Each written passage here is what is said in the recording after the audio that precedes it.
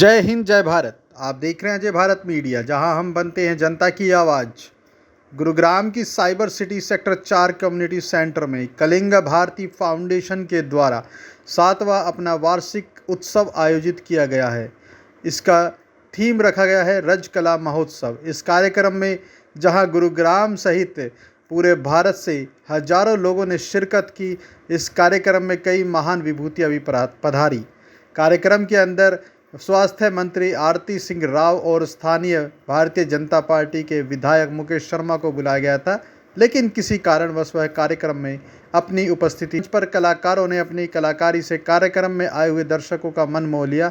इस सांस्कृतिक मंच पर कलाकारों ने अपनी वह कला का प्रदर्शन किया कि संस्था द्वारा जहां मुख्य अतिथियों का स्वागत किया गया, वहीं कलाकारों को भी मंच पर सम्मानित किया गया। उड़िया भाषा, लोकगीत और डांस ने लोगों के उत्साह को और ज़्यादा बढ़ा दिया। ये 2 दिनों तक उड़ीसा प्रदेश की सांस्कृतिक धरोहर को उजागर करने के लिए एक भव्य सांस्कृतिक कार्यक्रम का यहाँ पर आयोजन किया गया था। आपको बता दें कि कलिंग भारती फाउंडेशन के राष्ट्रीय अध्यक्ष ने कहा, यह कार्यक्रम विकसित भारत 2047 को समर्पित है। कार्यक्रम में डॉक्टर मोहित गुप्ता और पीके महापात्रा IAS ने अपने विचार मंच पर साझा किए। दर्शकों ने बड़े ध्यान से उनके विचारों को सुना और कार्यक्रम में डांस, म्यूजिक, उड़ीसा, पंजाबी, हरियाणवी और बॉलीवुड की झलक देखने को मिली। यह सांस्कृतिक कार्यक्रम रज महोत्सव विकसित भारत 2047 को समर्पित किया गया था। देखिए, खास कार्यक्रम हमारा, इस कार्यक्रम की आप शेयर जरूर कीजिएगा, जिससे कि भारतवर्ष ही नहीं पूरे देश और विदेश में बैठे हुए उड़िया लोगों को, उड़ीसा वासियों को यह पता लगे किस तरह से रज महोत्सव गुरुग्राम में मनाया गया। धन्यवाद। रज फेस्टिवल हमें ओडिया में रज फेस्टिवल उड़ीसा का एक यूनिक फेस्टिवल है। मैं भारत में, विदेश में बहुत घुमा हूँ। इस किस्म का फेस्टिवल का पैरेलल कहीं नहीं है।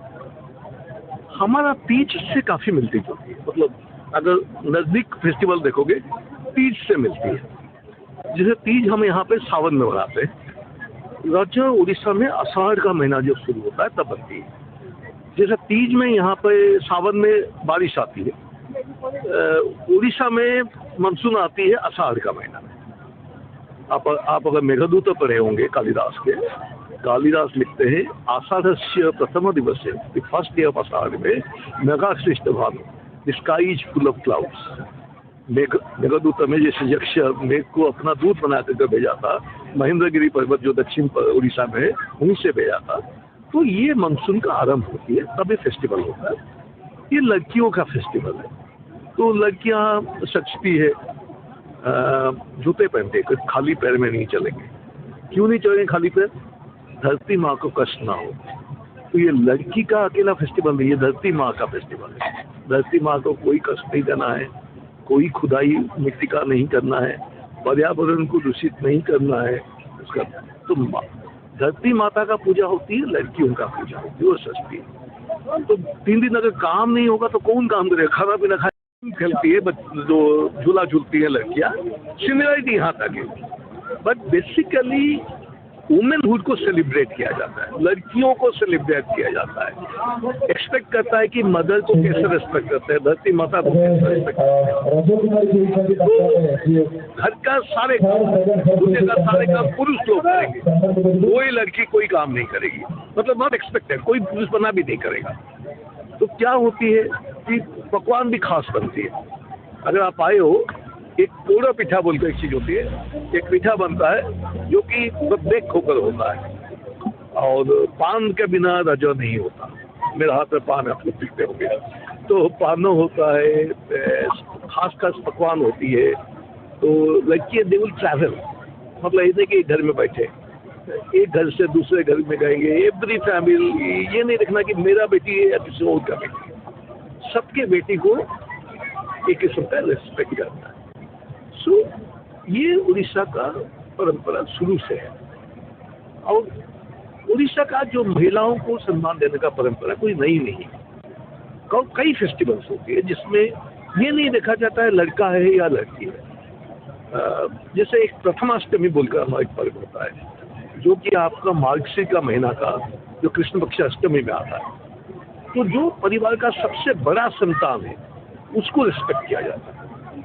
बड़ा संतान मतलब लड़का जो ही नहीं, घर जब लड़की अगर बड़ी है तो उसी को नई कपड़ा मिला जाएगा, उसी को पूजा होगा, उसको सब मिलेगा। अगर लड़का नंबर 2 है तो उसको नहीं मिलेगा। बड़ी है तो बड़ी है, बड़ा है तो बड़ा, ठीक है। और मैं मामा हूँ तो मुझे मेरा जितना बहन है उनका जो बड़ा संतान के लिए कुछ ना कुछ भेजना।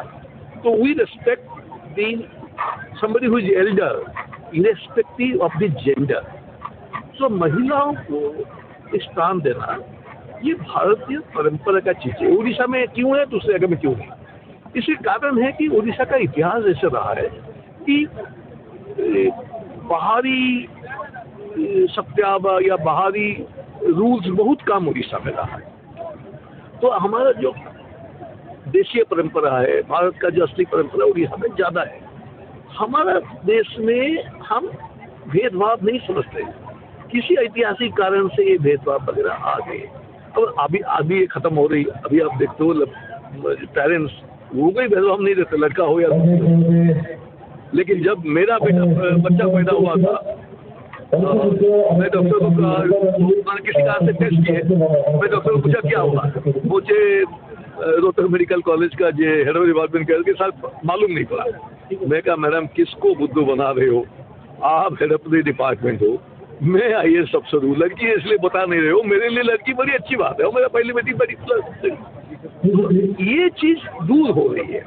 तो हमारा देश लक्षण दिखा रहा है कि कैसे देश बढ़ेगा। और हम गुड़गांव में ये पर्व बना रहे, बहुत अच्छी बात है।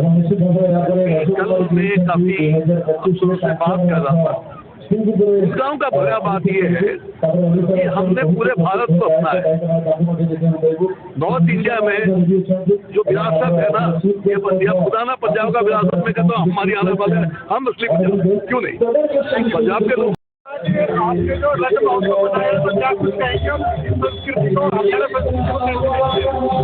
कलिंग भारती फाउंडेशन द्वारा प्रस्तुति 7वां प्रवासी ओडिया रज महोत्सव आज बड़ा धूमधाम में गुड़गांव सेक्टर 4 कम्युनिटी सेंटर में अपनी जोशोर में बड़ा धूमधाम से हो रहा है।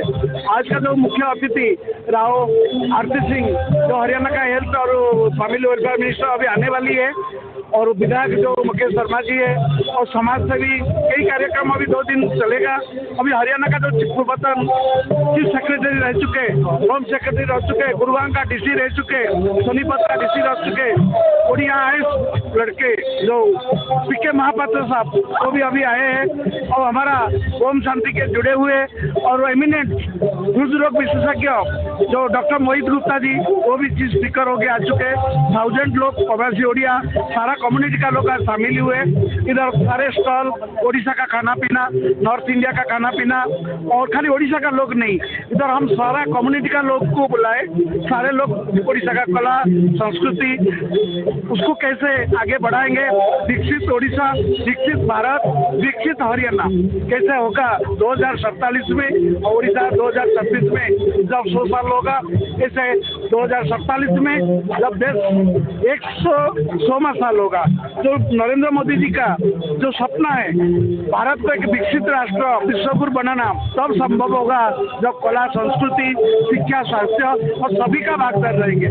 हम लोग ओडिशा का इधर 1 लाख से ज्यादा लोग रह रहे कई सालों से, लेकिन हमारा जो बच्चे भूल जाते हैं ओडिशा का कला संस्कृति, ओडिशा का भाषा, उसको कैसे हम जागृति रखेंगे, बचा के रखेंगे, ये के माध्यमों साथ साथ हम हरियाणा में रह रहे, हरियाणा कल्चर को हम भूल नहीं पाएंगे, क्योंकि ना हमारा जन्म हुआ उड़ीसा में लेकिन हमारा कर्मस्थली हरियाणा गुड़गांव में हो गया।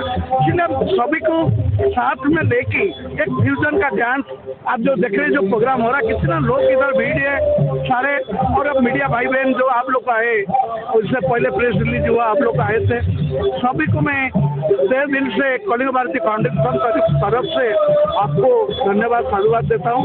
मैं इतना बात बोलना चाहता हूँ। कल का भी कार्यक्रम है, कल लोग भी